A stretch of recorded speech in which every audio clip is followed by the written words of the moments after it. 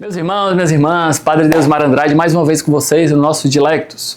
E hoje nós iremos comentar, partilhar, aprofundar na nossa catequese, aqui no Atos Podcast, sobre os efeitos da graça sacramental na nossa alma. Mas para isso eu quero ler um ponto do Catecismo da Igreja Católica, esse amarelinho que, como vocês podem ver, está bem desgastado do padre, sinal de que ele leu, não é verdade? Vocês podem pegar no ponto 1088, parágrafo 1088. Para levar a efeito tão grande obra, a saber, a dispensação ou comunicação da sua obra de salvação, Cristo está presente em sua igreja, sobretudo nas ações litúrgicas. Ou seja, conforme eu comentei na aula passada, no encontro passado, na catequese passada, Cristo está de maneira ordinária na igreja e age através da sua liturgia. É um modo normal, ordinário, cotidiano de agir de Cristo na sua igreja, é através das ações litúrgicas. Presente ele está no sacrifício na missa, tanto na pessoa do ministro, pois aquele que agora oferece pelo ministério dos sacerdotes é o mesmo que outrora se ofereceu na cruz, quanto sobretudo sob as espécies eucarísticas. Presente está por sua força nos sacramentos, a tal ponto que, quando alguém batiza, é Cristo mesmo que batiza.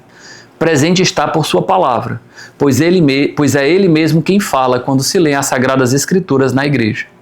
Presente está, finalmente, quando a igreja reza e salmodia. Ele que prometeu, onde 2 ou mais estiverem reunidos em meu nome, estarei no meio deles. Portanto, meus irmãos, minhas irmãs, é Cristo quem age na sua igreja através dos sacramentos. Daí a importância, por exemplo, de eu participar do sacramento com toda a devoção, com toda a piedade, com todo o amor. É claro, no sacramento nós não vemos a graça invisível, porque ela é invisível, mas nós vemos os sinais sensíveis. E o grande desafio para nós, católicos, é superarmos aquela mentalidade de um catolicismo cultural, de participar por participar, completamente desatentos e, portanto, não provando dos frutos da graça que Deus quer derramar em nós, e convertermos o nosso coração. Uma conversão dentro da igreja, uma conversão de coração, porque, infelizmente, os nossos irmãos evangélicos falam da palavra conversão como uma mudança de igreja. O que eu diria que é, na verdade, uma desconversão.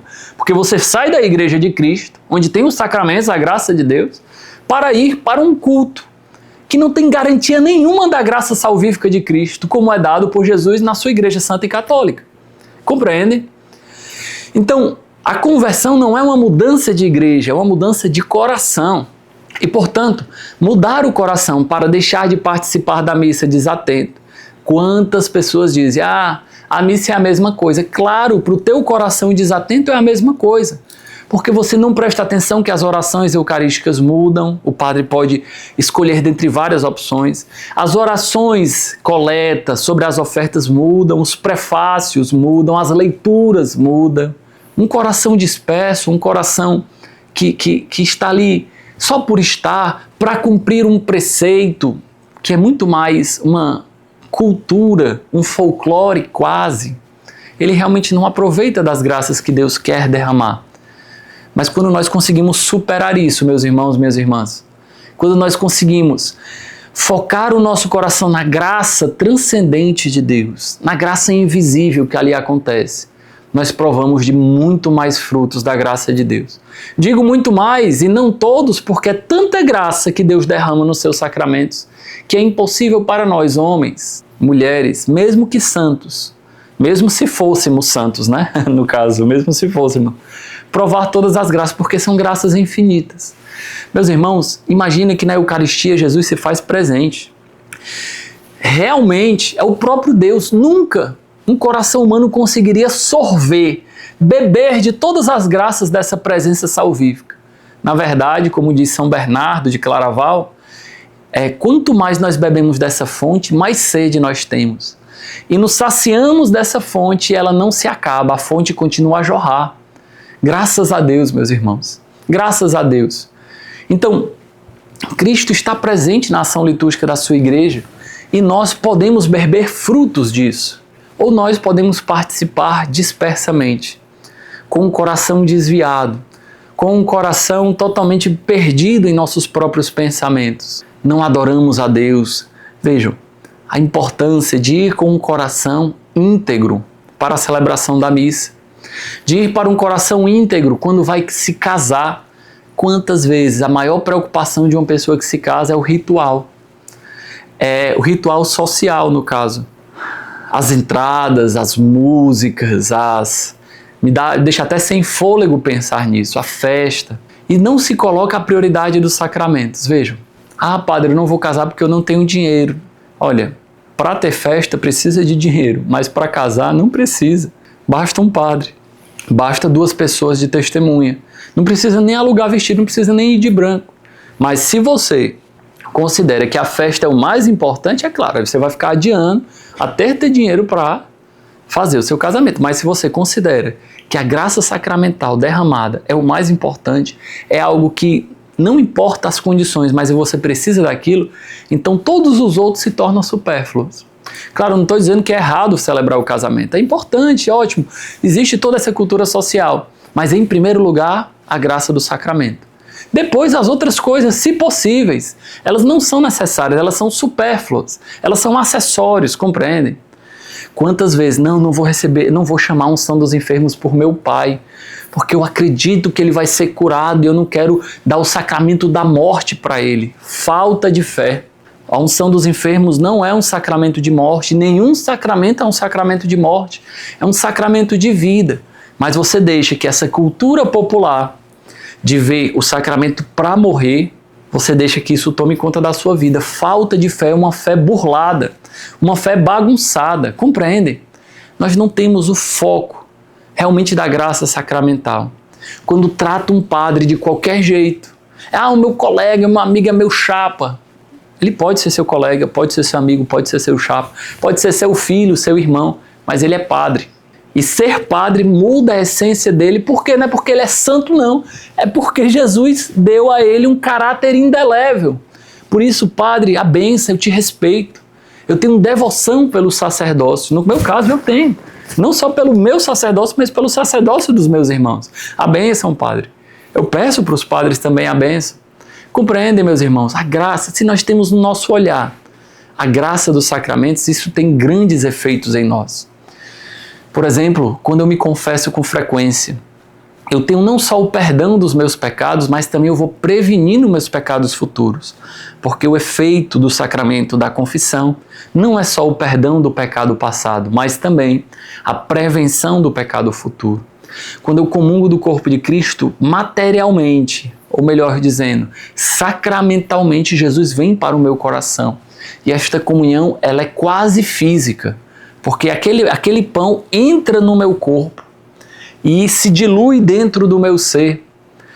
Vejam, não é que é física, né? Obviamente, mas é quase física metaforicamente, se vocês me entendem. É uma comunhão que ao mesmo tempo que é corporal, é espiritual, completando todo o nosso ser. Claro, volto a dizer, se comungo sem fé, se comungo com a boca somente, eu não aproveito dessas graças. Se eu também me confesso sacrilegamente, escondendo pecados, se eu me confesso de qualquer modo, né? Se eu não levo a sério a graça do sacramento, quantas pessoas chegam faltando 5 minutos para a missa? Não, padre, me dê aqui uma bênção para eu poder comungar que eu faltei o domingo passado. Ô minha filha, ô meu filho, de duas uma. Ou você não entende a seriedade do pecado, o terceiro mandamento, guardar domingos e festas, que você pecou gravemente, ou você está banalizando a graça do sacramento, porque a única bênção para você comungar seria a confissão. Então, essa seriedade de levar a graça de Deus, meus irmãos, o respeito pelo sacerdote, pela vida matrimonial, quantas vezes nós compartilhamos memes, contamos piadas, dizendo que quem casou agora se destruiu a sua vida, agora está preso. Perdão da palavra, se lascou quem se casou. Que absurdo! Como é que você vai dizer que a graça do sacramento tem um efeito ruim? É profano falar isso, vocês compreendem? É profano. É usar o nome de Deus em vão através dos sacramentos. E a gente leva isso com muita tranquilidade, compartilhamos memes, brincamos com isso nas nossas conversas cotidianas. Não levamos a sério os efeitos da graça. Mas a graça, meus irmãos, ela age conforme ensina a Santa Igreja, ex opera operato. Ou seja, o sacramento, quando ele é realizado validamente, ele ex opera operato age. O que é que significa essa palavra? É um termo em latim que é ex opera. À medida em que você opera, que você age, a graça acontece. Ex opera operato. Operato é o particípio passado de ópera, né? À medida em que você age, a graça acontece. Portanto, não depende do valor subjetivo da pessoa, da intencionalidade, da intensidade do sentimento. A graça age com toda certeza. Portanto, aquela Eucaristia, se o padre celebrar validamente com pão e com vinho, usando a fórmula da igreja, é Jesus. A gente não tem dúvida disso. Se você vai provar dessa graça ou não, isso vai depender. A quantidade de graças que você vai receber, sem dúvida, depende da disposição do teu coração. O sacramento da unção dos enfermos, ela confere o perdão dos pecados e, em caso de morte, a indulgência plenária. Então, se aquela pessoa tem condições de receber aquele sacramento perante Deus e ela recebe, é certo a salvação daquela alma, porque o sacramento age ex opera operato. Compreendem, meus irmãos? Então, a graça, o efeito do sacramento na alma é um efeito que não tem retorno. É por isso que não existe separação dentro da igreja. É por isso que, uma vez casado, é até que a morte o separe, porque é um sacramento. E o sacramento, ele age e vincula aquelas duas almas até que a morte o separe. Portanto, é necessário que um ou outro morra para a graça se desfazer, porque o sacramento agiu validamente. Ah, padre, e as pessoas que conseguem nulidade matrimonial? A nulidade matrimonial não tem nada a ver com a validade do sacramento. A nulidade matrimonial faz referência a saber se naquele dia que o sacramento foi celebrado, tinha as condições necessárias para que a graça acontecesse. Como assim, padre? Para nós entendermos melhor, por exemplo, a Eucaristia, para ser validamente celebrada, ela tem que ser celebrada com pão e com vinho. Se toda a fórmula da missa for usada com a tapioca e com a cachaça, o sacramento é inválido, porque não tinha matéria. Ah, padre, mas foi tão lindo, as pessoas choraram, darará. Inválida. Foi tapioca, foi cachaça, o sacramento não é válido. Então, quando você abre um processo de nulidade, na verdade você está vendo se aquele sacramento, naquele dia que foi celebrado, ele foi válido. Não é um processo de separação. Porque a igreja, meus irmãos, minhas irmãs, leva muito a sério a graça do sacramento. Ainda que você, ou muitas vezes eu tenha banalizado essa graça sacramental, a igreja leva muito a sério a isso. Peçamos à Virgem Maria a graça de termos o coração no lugar, de termos um coração semelhante ao dela, de levar muito a sério a graça de Deus, que é derramada através dos sacramentos. Em nome do Pai, do Filho e do Espírito Santo. Amém.